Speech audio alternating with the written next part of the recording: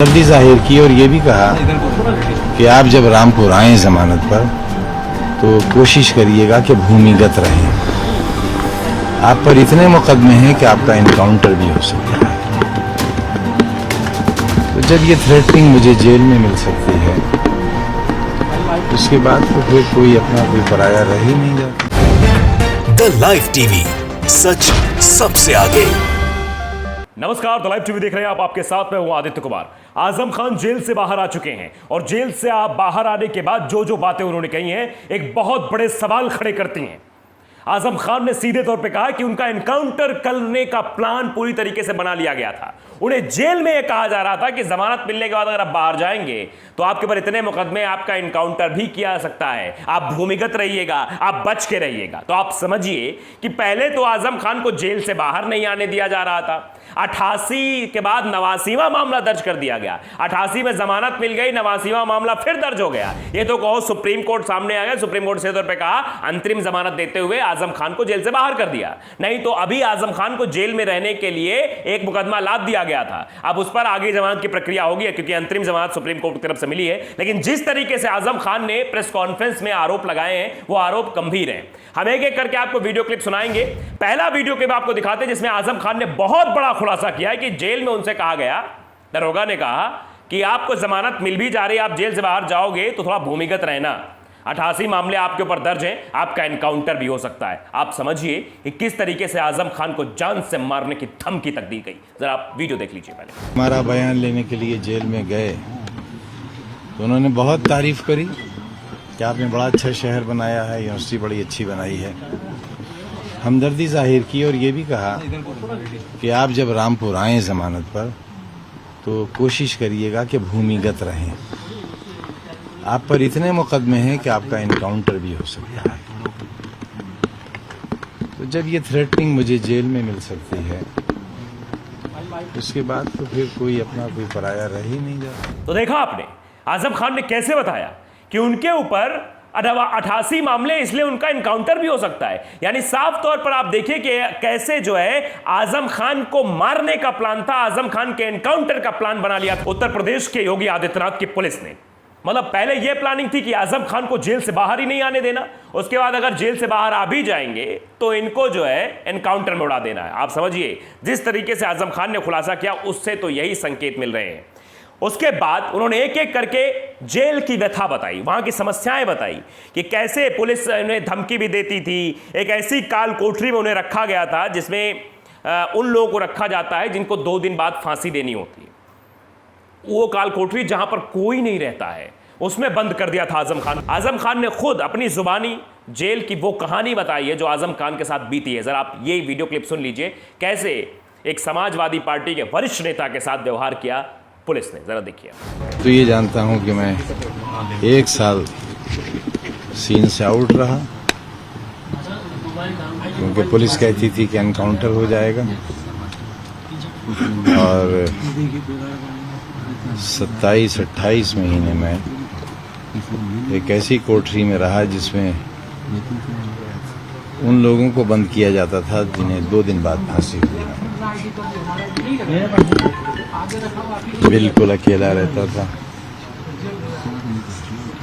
जिंदा आ गया। तो देखा आपने आजम खान खुद बयां कर रहे हैं कि उनके ऊपर क्या क्या ज्यादती हुई, क्या क्या जुल्म ढाए गए। पहले तो एनकाउंटर की धमकी दी गई थी उन्हें, उसके बाद किस तरीके से एक के बाद एक उन पर प्रताड़ना दी गई, काल कोठरी में बंद कर दिया गया। ऐसा क्या गुनाह था? मामले क्या थे भाई? मामले ये थे कि जमीन हड़पने का मामला है। ऐसे छोटे मोटे मामलों में इस तरह की उन्हें फंसाने की कोशिश, साजिश पूरी रची गई। अब जरा अगला वीडियो क्लिप आपको दिखाते हैं जिसमें वो बताते हैं कि उन्हें खाने के लिए क्या मिलता था। खाने के लिए उन्हें आप समझिए कि बताते हैं कि दाल, वो भी कच्ची दाल, पानी वाली दाल, उसके साथ रोटी मिलती थी खाने के लिए। और जब उनको कोरोना हुआ था उस वक्त का भी जिक्र उन्होंने किया कि जब कोरोना के समय वो जा रहे थे उनके सामने से सभी लोग, उनके आसपास जो लोग थे वो सब लोग एक के बाद एक काल के गाल में समाये जा रहे थे। वो मंजर देखकर आजम खान की तबीयत और बिगड़ती चली जाती है क्योंकि आसपास अगर आपके माहौल ऐसा होगा तो स्थितियां और भी नाजुक हो जाती हैं। जरा आप देखिए कि आजम खान ने कैसे बड़े भावुकता के साथ वो क्षण को बयां किया है कि उन्हें जेल में खाने को क्या मिलता था और कोरोना के वक्त उनकी हालत कैसी थी। सुनिए जरा। कच्ची दाल के पानी से रोटी मिलती थी खाने को। दाल नहीं होती थी उसमें, सिर्फ पानी होता। मुझे इतना भयानक कोरोना हुआ कि पूरे अस्पताल में मैं अकेला जिंदा बचा था। मेरे सामने से सारी लाशें जाती थी, मेरे सामने वार्ड खाली होता था और फिर भर जाता था। मैं तब नहीं मरा। मेरे चाहने वालों ने बहुत कोशिश की, मैं फिर जिंदा बाहर आ गया। तो देखा आपने, आजम खान ने सब कुछ बयां कर दिया। क्रूरता, बर्बरता, उनके साथ जो कुछ भी हुआ जेल में, धमकी, सब कुछ उन्होंने बयां कर दिया। और शुरुआत में उन्होंने सुप्रीम कोर्ट का सबसे पहले धन्यवाद किया। सुप्रीम कोर्ट को कहा कि सुप्रीम कोर्ट ने ही अंतरिम जमानत दी है, सुप्रीम कोर्ट ने इस मामले में संज्ञान लिया, वरना हमें तो बाहर आने के लिए किसी भी तरीके से मानने को तैयार नहीं थी। क्योंकि जिस तरह से एक के बाद एक मामले हो रहे थे, आप भी देखिए, आप भी समझिए उस बात को कि एक के बाद एक मामले लाद दिए जा रहे थे। मतलब एक मामला हटा नहीं कि दूसरा आ गया, एक में जमानत मिली नहीं कि दूसरा मामला आ गया। 88वें मामले में 137 दिन से मामला लटकाया गया था। मतलब सुनवाई हो गई, सब कुछ हो गया, फैसला सुरक्षित रख लिया गया, लेकिन फैसला सुनाया नहीं जा रहा था। इस पर भी सुप्रीम कोर्ट ने टिप्पणी की थी, 137 दिन से भाई क्यों रुके हुए हो, इस पर फैसला क्यों नहीं सुना रहे हो? तो जाके उस पर फैसला सुनाया गया। उसके बाद आपने देखा कैसे आजम खान को फिर भी जेल में रखने की साजिश रची जा रही थी, लेकिन सुप्रीम कोर्ट में जब मामले की सुनवाई हुई तो सुप्रीम कोर्ट ने अपनी ताकत का इस्तेमाल करते हुए, जो उसको संविधान के तहत ताकत मिली हुई है, सुप्रीम कोर्ट ने उसका इस्तेमाल करते हुए अंतरिम जमानत आजम खान को दे दी। और अब आजम खान उस मसले पर अपनी जमानत लेते रहेंगे, वो अलग की बात है, लेकिन आप अंदाजा लगा सकते हैं वो सूरत हाल आखिरकार क्या था। एक के बाद एक मामला दर्ज होना। और आजम खान ने खुद भी कहा है, जब वो जेल से छूटे तो उन्होंने कहा मैं योगी आदित्यनाथ से मिलने जाऊंगा, पूछूंगा योगी आदित्यनाथ से कि आखिरकार क्या दुश्मनी थी मुझसे भाई कि एक के बाद एक मामले आप दर्ज करते चले जा रहे थे। मतलब ऐसे ऐसे मामले जिनका कोई औचित्य नहीं है। और आजम खान ने कहा कि हमने जो जमीनें खरीदी थी वो हमने उनका अच्छा खासा दाम दिया था, जिसका 2000 था उसको हमने 40,000 दिए।